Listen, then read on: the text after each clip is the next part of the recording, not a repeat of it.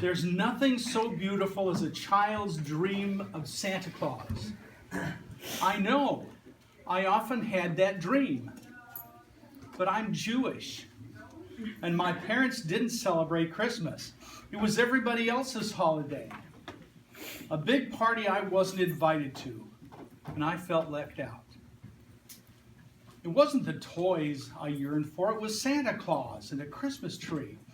So when I got married and had kids, I decided to make up for what I missed.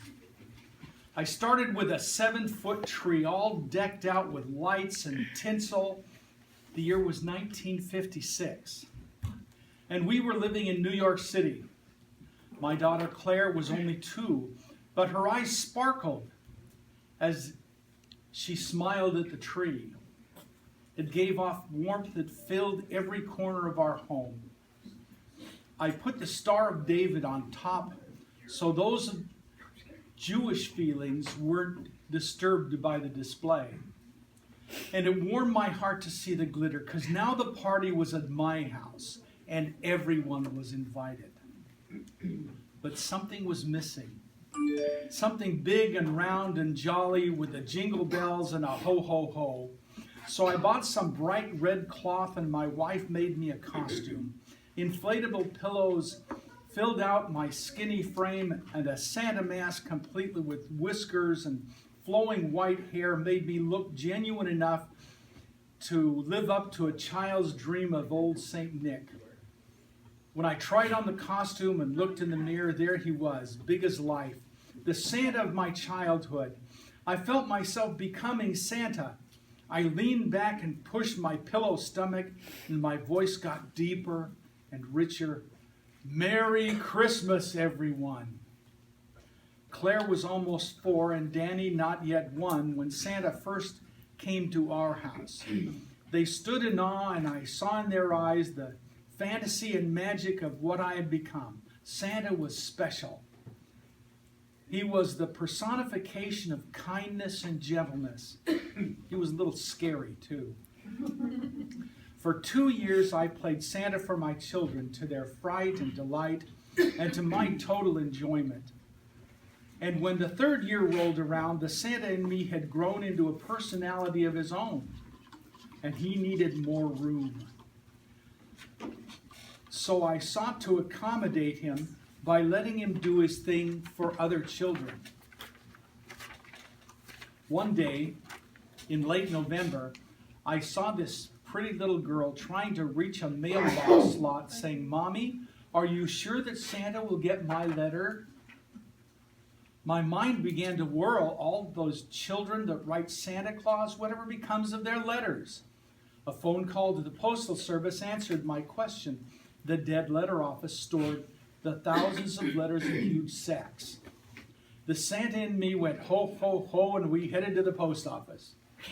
As I began to rummage through the letters, I became a little flustered at the demands and greed of so many spoiled children. Most of the letters were gimme, gimme, gimme letters. But the Santa in me heard a voice from inside the mail sack, and I continued to search until I came upon one letter that jarred me. Dear Santa, I'm an 11-year-old girl. I have 2 little brothers and a baby sister. My father died last year and my mother is sick. I know there are many who are poorer than we are, and I want nothing for myself. But could you send us a blanket? Because Mommy's cold at night. It was signed Susie. I dug deeper into those sacks and came up with another 8 such letters. Calling out from the depths of poverty, I took them with me and went straight to the Western Union office and sent each child a telegram. Got your letter? Will be at your home. Wait for me, Santa.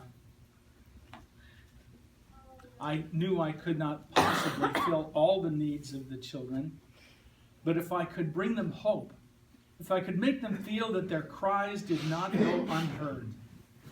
I budgeted $150 and went out and bought presents. On Christmas Day, my wife drove me around. It snowed graciously the night before, and the streets were thick with fresh powder. My first call took me to the outskirts of the city. The letter was from Peter Barsky. It read, "Dear Santa, I'm 10 years old and I'm an only child. We just moved to this house and I have no friends yet. I'm not sad because I'm poor, but because I'm lonely. I know you have many people to see and you probably don't have time for me. So I don't ask you to come to my house or to bring anything, but could you send me a letter so I know that you exist?" "Dear Peter," my telegram began, "not only do I exist, but I'll be there on Christmas Day. Wait for me." Peter's house was wedged between two tall buildings. The roof was corrugated metal, and it was little more than a shack. With a bag of toys slung over my shoulder, I walked up the steps and knocked. A heavy-set man opened the door. "Boże mój," he said in astonishment. That's Polish for "my God." And his hand went to his face. "Please," he stuttered. "The boy at Mass. I go get him. Please wait." He threw on a coat and, assured that I would wait, he ran down the street.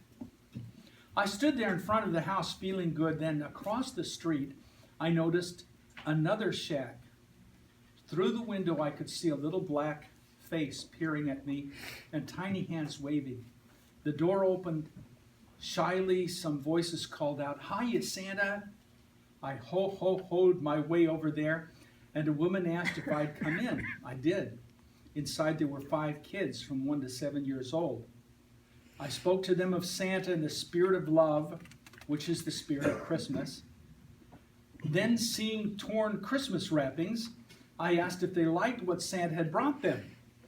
Each thanked me for the woolen socks and the sweaters and the warm underwear.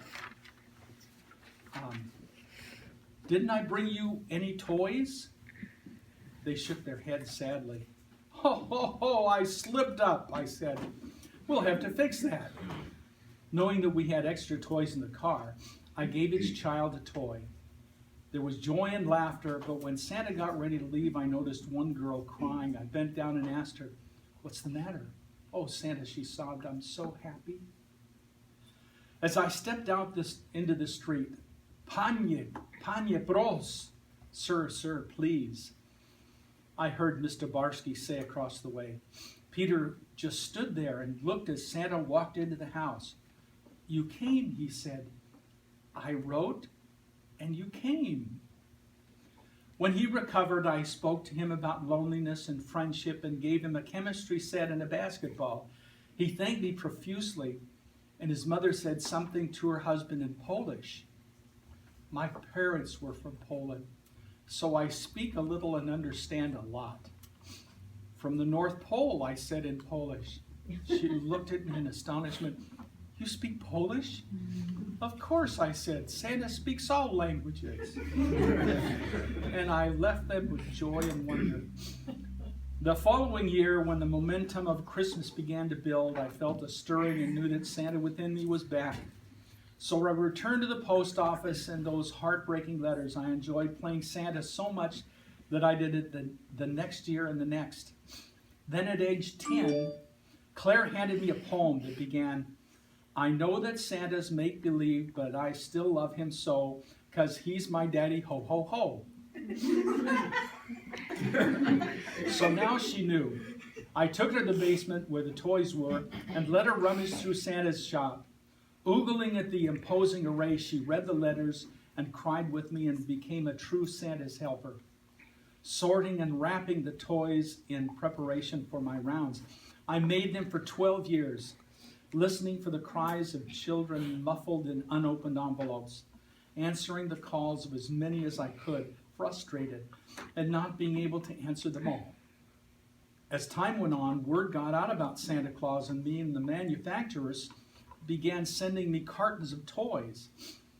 Having started with 23 children, I had wound up with 120 children door to door, from one end of New York City to the other, Christmas Eve through Christmas Day. On my last call a few years ago, I knew there were 4 children in the family. I came prepared. The house was small and sparsely furnished, The kids were waiting all day, staring at the telegram and repeating to their skeptical mother, "He'll come, Mommy, he'll come." As I rang the bell, the door swung open and they all reached for my hand. "Hiya, Santa, we just knew you'd come." And these poor kids are beaming with happiness and laughter. I take each of them in my lap and tell stories of joy and hope and waiting and give them each a toy. All the while, there was a fifth child standing in the corner, a cute little girl with blonde hair and blue eyes. I turned to her and said, "You're not part of this family, are you?" She shakes her head sadly and whispers, "No." "What's your name?" I asked. "Lisa." "How old are you?" 7. "Come sit on my lap." She hesitated, then came over. "Did you get any toys for Christmas?" I asked. "No," she said. "I take a big, beautiful doll." "You want this doll?" "No," she said. She leans over and whispers, "I'm Jewish." I nudge her and whisper, "I'm Jewish too." Lisa grins from ear to ear. She takes the doll, I hand her, hugs it, and runs out. I don't know which of us is happier, she or the Santa in me. Merry Christmas, friends.